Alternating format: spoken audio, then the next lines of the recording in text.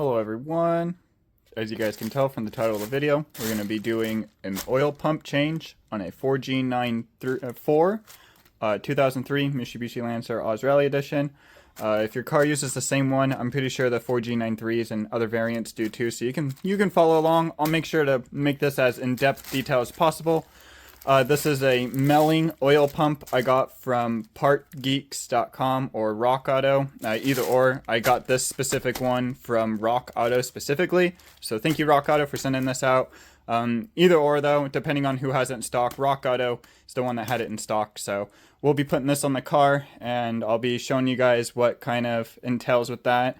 To start, you kind of have to drain the oil, so make sure the oil is warm at least, or drainable enough. You don't want to do this on a cold day.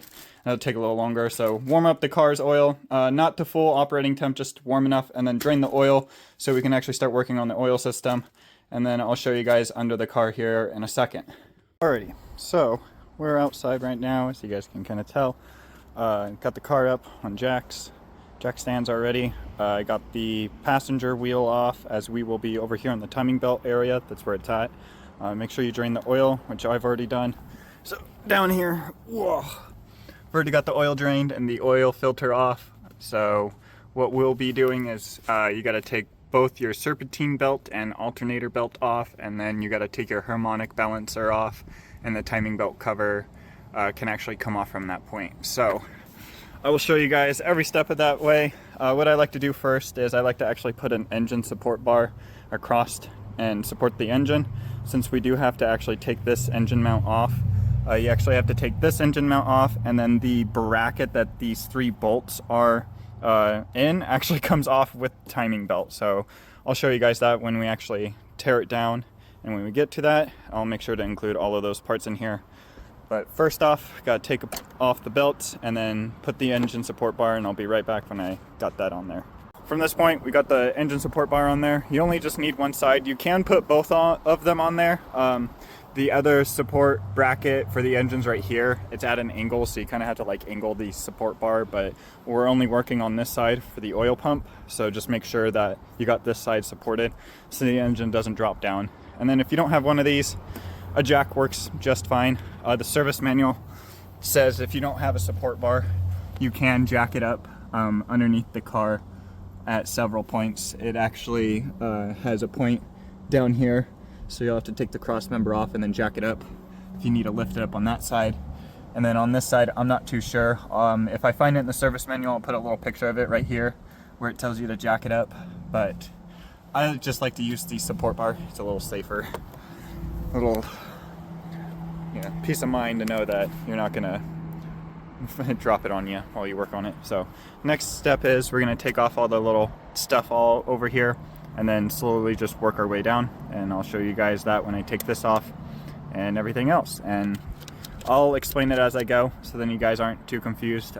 It's 10 mils to take this off, and then when I get to that I'll show you. This is actually separate. It's not one whole piece, so I'll take that off and then we'll keep going. Alrighty, so it's about 1, 2, 3, 4 bolts, 2 clamps, 3 clamps depending on how many you have, 3 clips, so you get the crank sensor that plugs into the lower timing cover, so I'll show you guys that, and then you get the oil pressure sender switch for the power steering pump, which is right here. So it's a pressure switch to let you know when you're turning the wheel. It turns that on. It's just one wire. I've already tried to solder it. As you guys can tell, it's about to break again, so I'll figure out a different alternative for that. And then the other wire down here is for your AC down here. Just a little AC switch. I could also be wrong. It looks like it is going straight to the AC. Yeah, it's to this wire right here. So to the AC compressor. From that point, once you get all the little wheels off, now, I probably named some of those wrong. I'm sorry. I'm just kind of flying through this for you guys, so I'm not taking too long.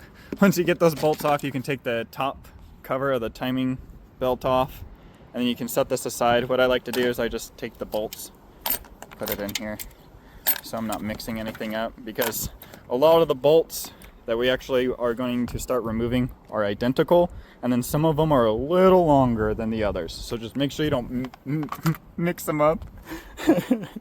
So the next step is we're going to slowly start working our way down. As you guys can tell, we're like actually getting into the timing belt area, and I'll get into how the service manual wants us to take this off and how to do everything else. So let's get into that. Alrighty, guys. Next part, once you get the alternator belt, serpentine belt off, you gotta get your harmonic balancer off, as we already took the top timing cover off. So to actually start working on that, once you get the engine mount out, you gotta actually take this black bracket off right here. It connects to this like silver piece right here that actually is the engine mount. This actually has to come out too. It's a cover part. And then it's got 3 bolts. It's got a 12 millimeter, I believe a 10, and then a little bit bigger one, so like a 13 or 14. And then there's one on the back right, like where it bends back here. So right, you guys can probably see it right on the back here. So if I bring you down here, you can probably see it. It's right there. So we gotta take that bolt off. Basically holding this bracket in, and then once we do that, this bracket will come out, and then we can actually start working on this. And then once we get to the harmonic balancer area, there's actually a step to do that, to actually take that off, and I'll talk about that when we get to it. So I'll take off that black bracket and I'll give you guys a little bit better view. If I crawl into the car for you guys. So the bolt we'll be removing is this guy right here. It's on the back of it, so it's better to do it under the car. So we got that bolt, and then we got the bolt holding your pressurized power steering hose that comes up here, and then it attaches to it, so you got to remove the little holder too for it. This bolt right here, which is a 10 millimeter, as it's part of the bottom timing cover, and then the bolt up there above it holding the black piece in. And then once you get down here, you got a couple bolts holding in the timing cover, as you guys can already tell. But we got the harmonic balancer in the way first, so I'll go ahead and remove that, and then once we get to harmonic balancer, I'll explain how we're going to take this guy off. Alrighty, so got some of the parts off. Next we're getting off this little cross support bracket. I'll show you guys here in a second. It's this little metal piece right here, and I'll bring up all the torque specs for everything in the service manual, so don't worry. But this metal piece right here, as you guys can tell, it covers the plastic lower timing belt cover. So we got to take that guy off, but in order to take that guy off, we actually have to take the serpentine or the harmonic balancer off. So make sure you got all your belts off, and I'm going to go ahead and show you guys the steps on actually how to take this off, how the service manual says too. So let's go ahead and do that. So to get this guy off, you're going to need either a 1/2 inch breaker bar or a 22 socket, fits over it nice and snugly. I'm going to show you guys real quick. So a 22 socket, and then it just kind of fits on there, and then break it loose. Got blue Loctite on it. Make sure you do put blue Loctite on it, back on there, and then clean the threads. In the service manual, this actually has a specific step to break it loose, so I'll go over that for you guys real quick. So in the service manual, if you have a manual car, it says to put it in the highest speed or highest gear. So for me it's 5th, and then lock the wheel, so make sure the wheel doesn't move at all. I don't know why. I'm pretty sure there's a specific reason behind it. And then lastly, have someone press the brakes. What I like to do is just take the top piece of my jack, and then I just push it against the brake pedal, as you guys can see right here, and then I have it against the carpet, so it holds it like that, and then that allowed me to actually break the bolt free. So that's how the service manual wants you to do it, if anyone was wondering on how to actually get that loose and to do it by yourself. Alright, so now from this point, you're gonna have to wiggle this off. Yours might be rusted on here. Mine, I've actually taken it off quite a few times, so a couple little wiggles here for you guys, so you guys can tell it's already coming off. And then you take this guy off. Be careful not to drop it, and then just kind of set him down. We could have put the car on top dead center already. There's a mark in here, and it actually lines up with the marks on here.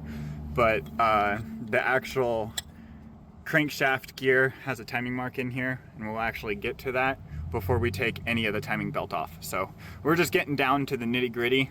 So make sure you put this guy aside. I like to keep it with the bolt because I clean both of those, and then keep this guy aside as well. And now you can actually take the rest of the parts off, which includes this bracket that it was in the way. The harmonic balancer was in the way, so now we can actually take it off. It takes a 14 millimeter on there. I have a short stub socket on there, so we can just break that off. And then the rest of the timing belt covers are 10 millimeters. But again, I will put it up here. The timing, the service manual has a specific sequence on this part to be taken off. And you take this bolt right here in the center out. And it's because it actually screws into a sensor. So you make sure you take that one out. It's actually super long too, so don't mix them up.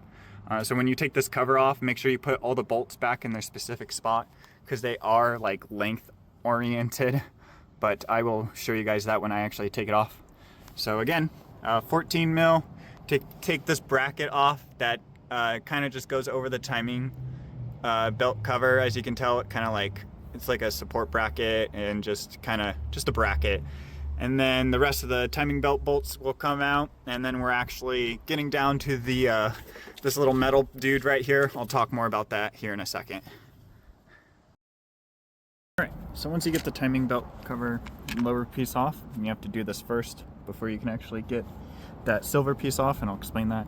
So this bolt has to come out first. It's not the longest, but the service manual says you have to do it first, and I'll explain that too here in a second. The longest one is actually this one, so don't lose it. But once you get all those bolts out, just make sure you put them in their spot. Set that aside. Then once you get underneath the car, we are at the silver piece that I was talking about that the engine mount goes to. So you'll remove the two bolts that are in it. They're these guys, and then don't worry, I'll give you the torque spec when we put them back together. Just make sure you have blue Loctite. Don't try to remove out the two bolts on the right side. They'll hit the frame like this, so don't even try. I'll show you guys a little trick as they're hitting the frame here. The only two you can remove is this one, and then the other one you can remove is the one up here, which I put right here. Don't mix them up because they are different lengths, as you guys can tell right now. So this one goes down there, so I'm going to leave it down there for right now. And then to get this guy out, you're actually going to have a hard time shimmying it out. So I'm going to make sure to try to like show you guys as best as I can while I get it out for you guys, so you guys can kind of like get an understanding. My birdie arms, my little birdie arms, don't worry about that. All right. So this is what we're messing with. We're messing with this guy right here. As you guys can tell, again, it's not going to come out. So you're going to want to make it to where all the bolts are fully loose. You can actually shift it. So you're going to move it off to the side this way, over the sensor right here. This foot will go over it, and then you'll shimmy it down to where this bolt will come out eventually. I'll show you guys here in just a second. Like that. Perfect. And then we can actually pull this bolt out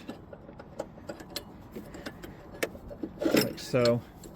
Again, don't lose this thing. It goes in specific spots. Just pull it out, set this aside. All right, once you got that out, you can actually just keep kind of shimming it out.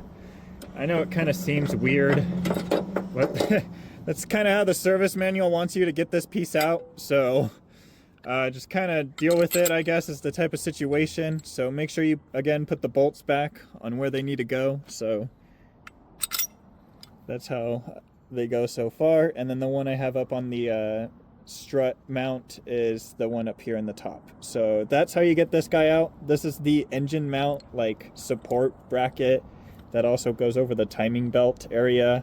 You can actually access the tensioner right here. If you don't know that, it's got this little access panel for it, which lets you touch this bolt here on the tensioner. So if you guys didn't know that, there's just some little information there. I didn't know that either until the service manual told me. So again, set this aside. I'll put it like off to the left, off camera, and then I'll take that other bolt we have up here.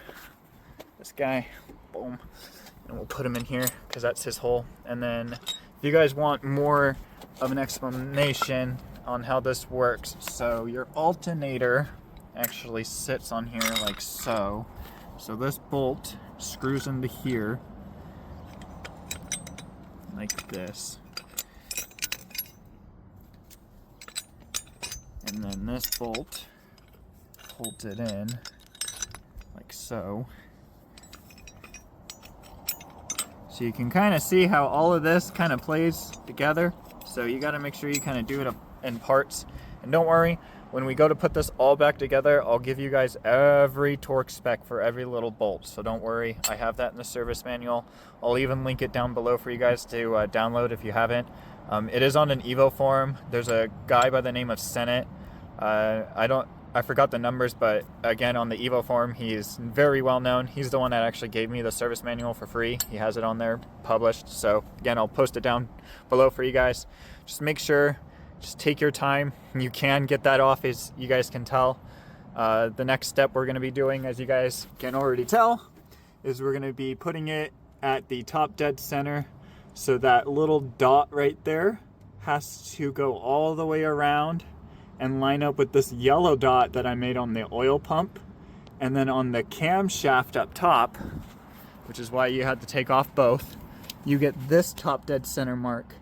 And to make that top dead center, there's actually a little slit they put in the cam, and you gotta make sure that they're both lined up from the bottom to the top. If yours does not have this, I would invest on buying one that has it. They actually do sell them online. Mine came like that. The new oil pump as well, when we go to put it on, actually has that dot on there. So just make sure you guys are paying attention to that. And then again, I'll put the service manual up here for you guys to pause it right here and then kind of read it a little bit to get an understanding. Again, don't worry about the torque specs right now. Just worry about getting them loose. They are on there very tight, so make sure you got some leverage. And then if they're rusted on there, just use some PB Blaster. As you can tell, my car isn't that dirty. It is dirty, but not atrociously dirty. So let's move on to the next step, which is basically getting everything all ready to start taking off the actual timing belt. So let's do that. So if you guys can't use an adjustable wrench, like for example, it's a little cumbersome in here, you'll hit the pan if you haven't taken the pan off. Just to give you guys a little example, a 30 socket will actually snugly fit on there over the actual key lug too, so you can use that. Just make sure you don't bend or mess up your key lug.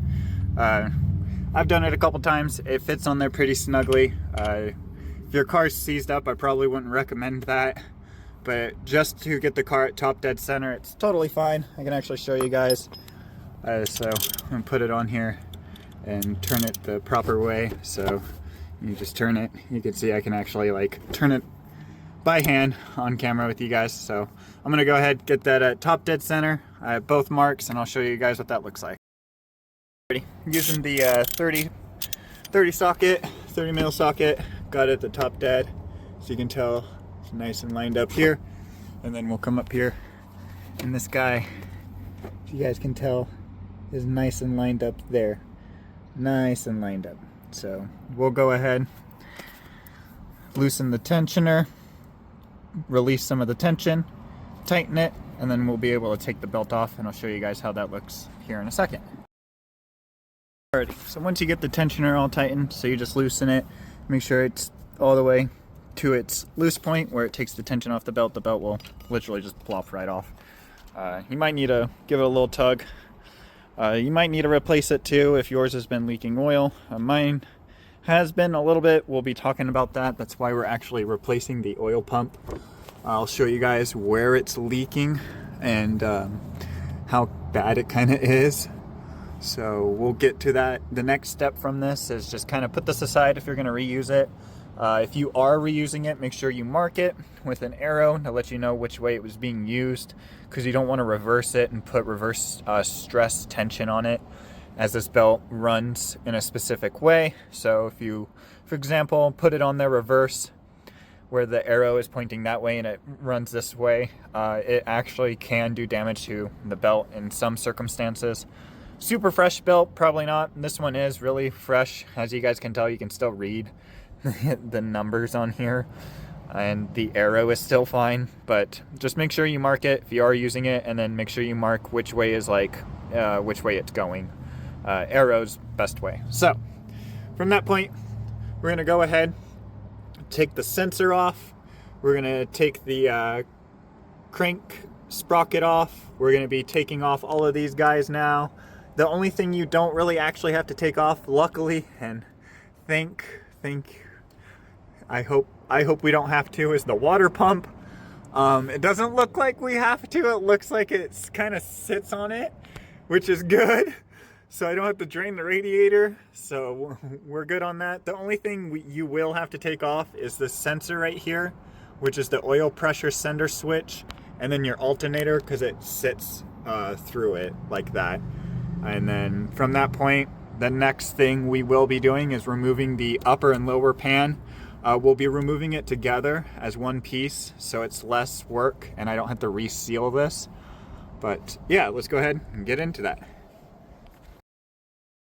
Alrighty, so now, once you've gotten tensioner and spring out, next thing we gotta do is take the sprocket out. Yours isn't gonna be this easy to take out, so you might need to give it a little bit of some finessing and love. I've taken mine off a couple times, so just keep that in mind.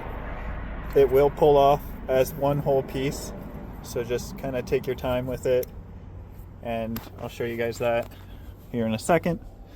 Put you guys down here real quick so you can kind of see it.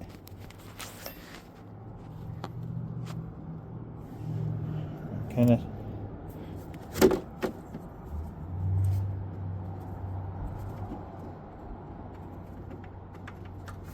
Go.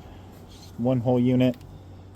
All right, keep in mind that this is your timing mark, and then it also should have a mark in it on the actual sprocket itself. If it doesn't, try to find one that does, or put one in there yourself, I guess. So now we're gonna put that guy aside, nice and safe, away from anything that'll bend it. Make sure you get your key lug out of here. Don't lose this. It will be in the way when we take the oil pump off. It's a half moon crescent. Tapping it with a hammer or a piece of wood will get it out. Also put that somewhere where you won't lose it. Now, the next step is we're gonna take the alternator off of it. It's got basically a little swivel pinion it sits on, and it's held in over here. Turn the light on for you guys. Oh, it's held in by that guy right there, so we'll loosen him, and then we'll be able to take this bolt all the way out. It's just kind of like a bracket bolt. And then the last two things we'll have to do, it's a couple things. Pressure sender switch. There is residual oil in here, even though you've drained this thing. Keep that in mind, that there will be leftover oil in here, because it is pressurized in this chamber. So when you go to remove this, just be prepared with a cup or catch pan. And then the last kind of like obstructive thing we got to do, so we have to remove part of your exhaust and remove the entire upper oil pan just to get to it. And I'll put a little picture of the service manual up here on the left so you can kind of cry with me, because they decided to put 3 bolts into it. I think 4. 1, 2, 3, 4 bolts to get into the oil pump. So I'll go ahead and start doing that, and I'll show you guys in the little parts and bits when I get the alternator off and all of that. So let's get into it. Alrighty, so I've gotten the alternator off, so you guys can tell, and then I have gotten my exhaust off, which from that point has allowed me to access the upper and lower pan a little bit easier. What I ended up doing is I took the alternator bolt and fed it through the rubber support grommet for the exhaust, and just fed it through the exhaust like this, just to hold it there so it's not dangling around, and then that'll allow us to work on this guy. So now we got to remove all the bolts around here, every single one of these guys all the way down. And then we got to remove these guys, and then this guy, we have to remove these ones, which are transmission bolts, because they go straight into the transmission bell housing. And then all the way around, and then one of the bolts I lost slash broke, so you guys can see. I haven't removed it, I kind of just left it in there. And then all the way around. So I'll go ahead and do that, and I'll show you when I got this off. Alrighty, so got all the bolts out. It'll be a mixture of a 10mm, just a sway head wrench, a 12mm, a 14mm, a 10mm stub, and 10mm long, just so to reach in some parts. And then what I like to do, again, I'll link all of this down below. The service manual has a pinout, or like a bolt out pinout to show you which bolt goes where. I just kind of like to make it really big and then print it on a piece of paper and then stab the bolts through the hole, so that I know what I'm doing. The only two that I haven't gotten out is this F bolt and then this B bolt. I don't have that one, I broke it. I still have to get the what's remaining of it out of the hole. So there's that. And then the other one is you have to take this cross membrane off. You don't really have to, unless if you want to get this bolt out. It's not really necessary. You can just drop the pan and take it out with it, and that's what I'm going to do. So I'll put that in the little picture diagram once I get this all out. So from this point, the service manual tells you to take a little pan separator tool and put it right here, and you separate the pan from this side. And then same as over here on this side, as you guys can tell, they put a little spot for you. So you just kind of have to bust the seal loose, and then from that point the pan will drop out. And be very careful, it's actually pretty heavy. This is forged aluminum with a steel stamp pan, and there still will be like leftover oil in here, so just be careful. Make sure you got like a blanket down or something. So I'm gonna go ahead, take the pan out, and then I'll show you guys once I get the pan dropped. Alrighty, so I got the oil pan off. As you guys can tell, this is the oil pan off my car. This is the new one. This one right here is going to be the one that I actually put on the car when I put the turbo on there. So it'll get the oil feed line right here, which just works out very well. A lot of things about this pan is actually going to benefit the car a lot more, it seems like. There's a couple different things about this pan and this pan. This one seems more of like a low profile pan, so once I get the lower pan it will level it out. But this one has like insane baffle channels in there, which is kind of crazy. Or like I can stick my finger in under it, versus this one I can't. And then it's like, I guess not that well built. It seems just more like kind of slapped together. This one they kind of thought about it and made it more like rigidity and kind of had some strength behind it. And then the good thing about this is actually completely out of the way of any moving parts, so that's gonna be great.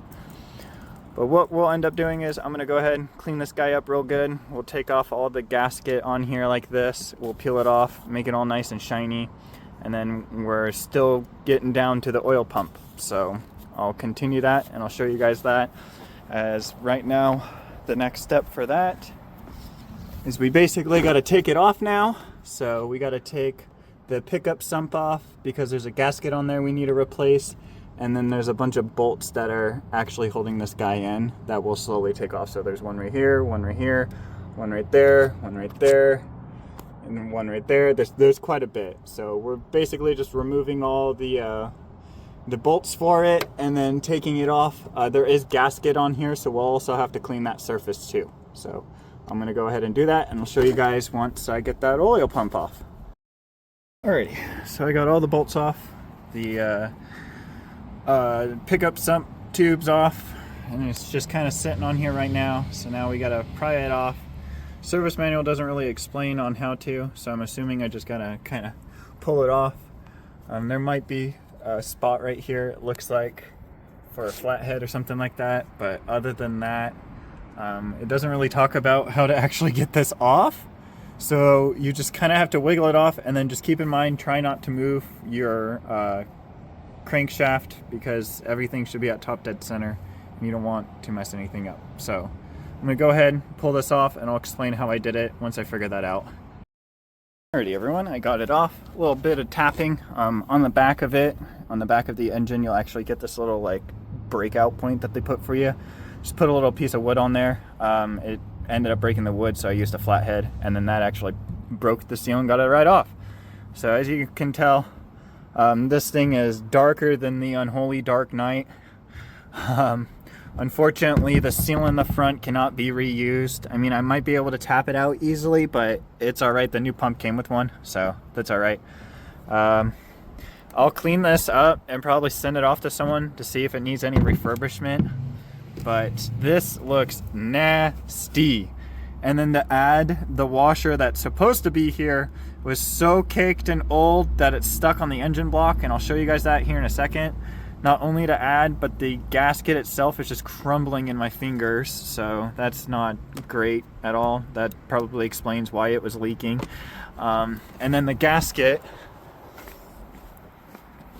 that was causing the leak, the unholy leak of them all, was this guy right here. It's so caked, it's stuck to the engine block. Oh my god, I can't get it off. Oh my gosh.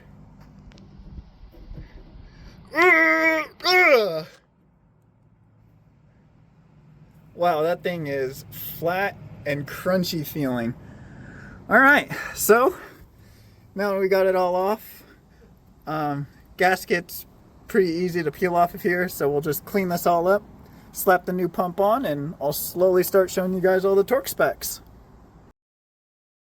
Alrighty, so I got the new oil pan all up on there.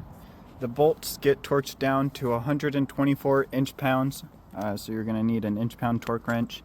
And then it's, again, still a 12mm socket wrench. If you can't find that, 1/2 works perfectly. So just get yourself one of those. And then to show you guys, my battery's a little too low for the flash, but you can kind of see the RTV smeared in there, or smushed in there. Nice little smush. I'll go ahead and I'm going to clear off this part of it, since the oil pan has to use its own RTV. So I'll go ahead and scrub that off, and then I will be putting the upper oil pan on here shortly. So go ahead and wipe off this little bit of extra right here, since I don't really need it. The upper oil pan will actually put its own on here, so we'll go ahead and just give that a nice little wipe. And then I'll go like this with it, just so it creates a seal right there. Again, you don't really have to do that. But from that point, we got that all on there. Got it all nice and clean.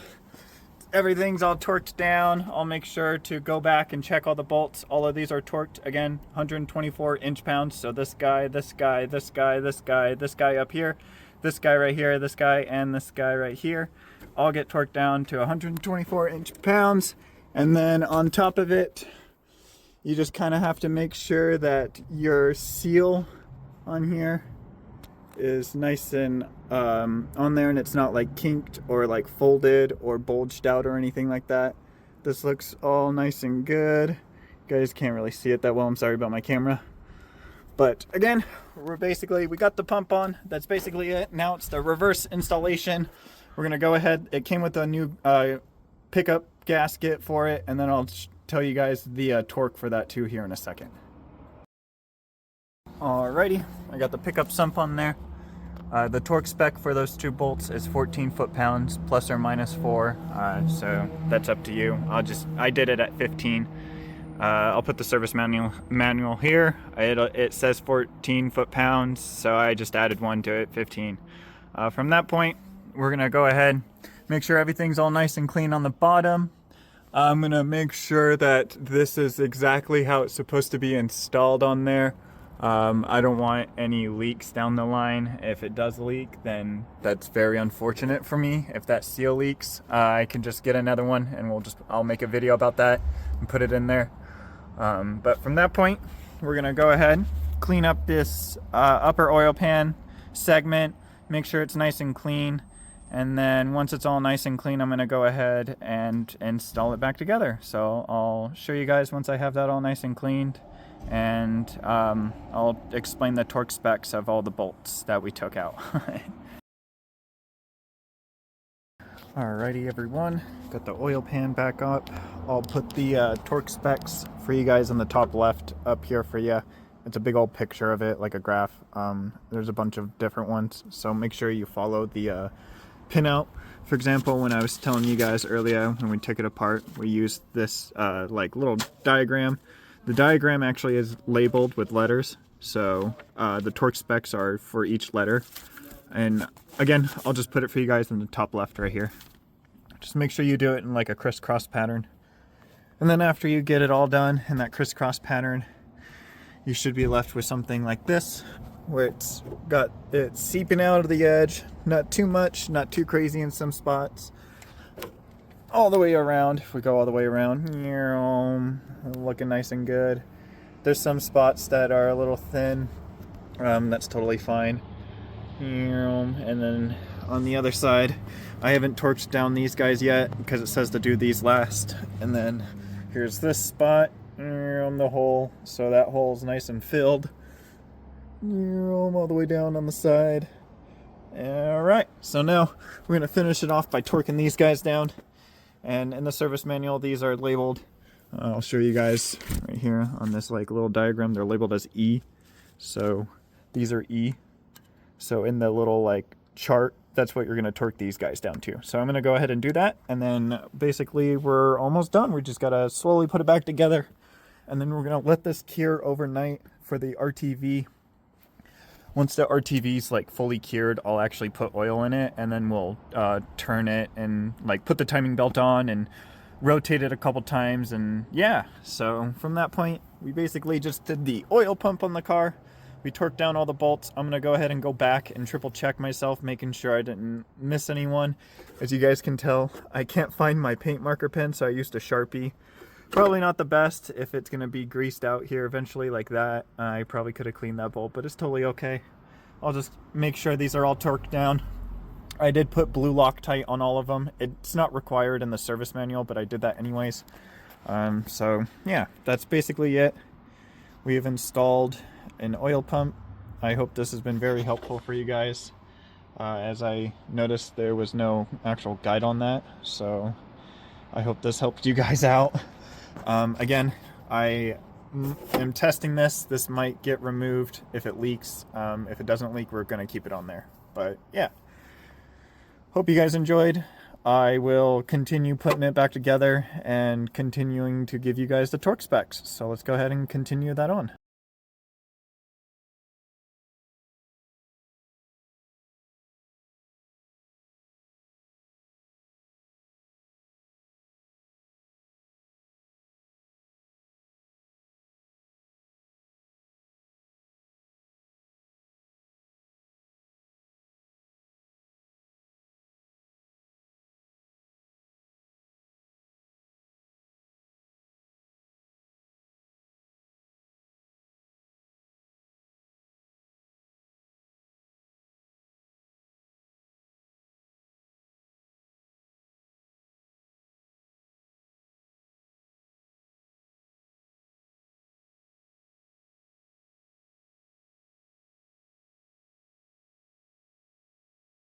Alrighty everyone, I got it all oiled up.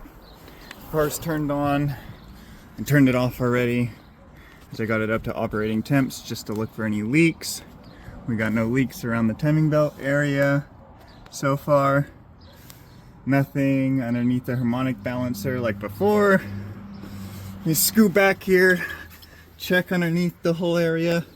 The only leak so far is my T fitting right there at the actual T itself.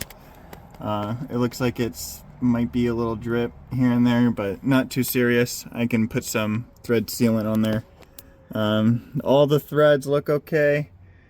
I'll make a video for you guys at the end of this video talking about all the torque specs of all these bolts, because they are different sizes, as well as the oil pan itself has a specific torque spec.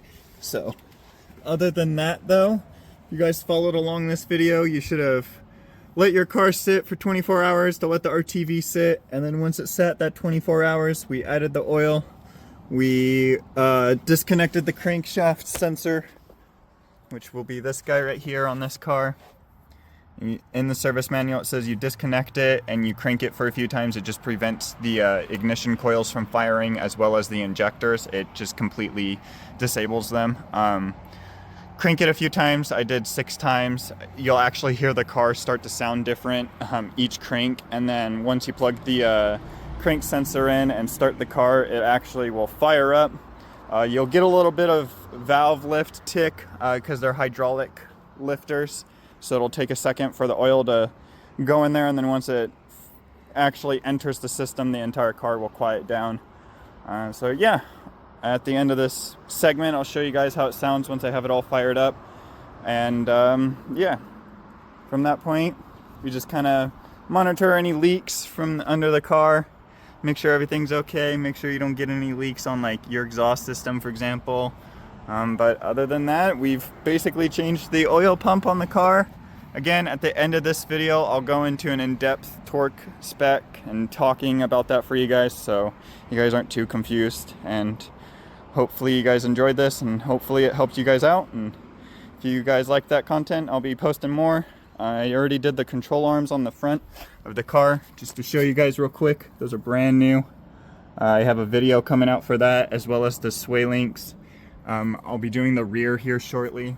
It's actually in the back seat right now as we talk. So stay tuned for that. Hopefully you guys liked the video. Like, subscribe, stay tuned for more content. See you guys in the next one. Have a good one. Alrighty, here's it turned on and idling for you guys so you can hear it. Sounds a lot better. Actually, I've noticed before it hissed. If I find it, I'll post a before and after segment after I'm done talking here so you guys can hear it. The only thing I hear now is the air sucking into the filter, the injector's ticking, and that's about it. So if we go underneath the car, take a look down here, everything's nice and dry still. It'll take a couple drives till we actually find out if it's gonna leak or not. It'll leak at that hole right there at the very bottom of the silver. If you guys can see it, it will leak right there. So I'll just monitor it. If it was catastrophic already, we would have had a really bad leak already. So far, I don't see anything. I'll keep monitoring it, keep you guys updated. Again, thank you all for watching.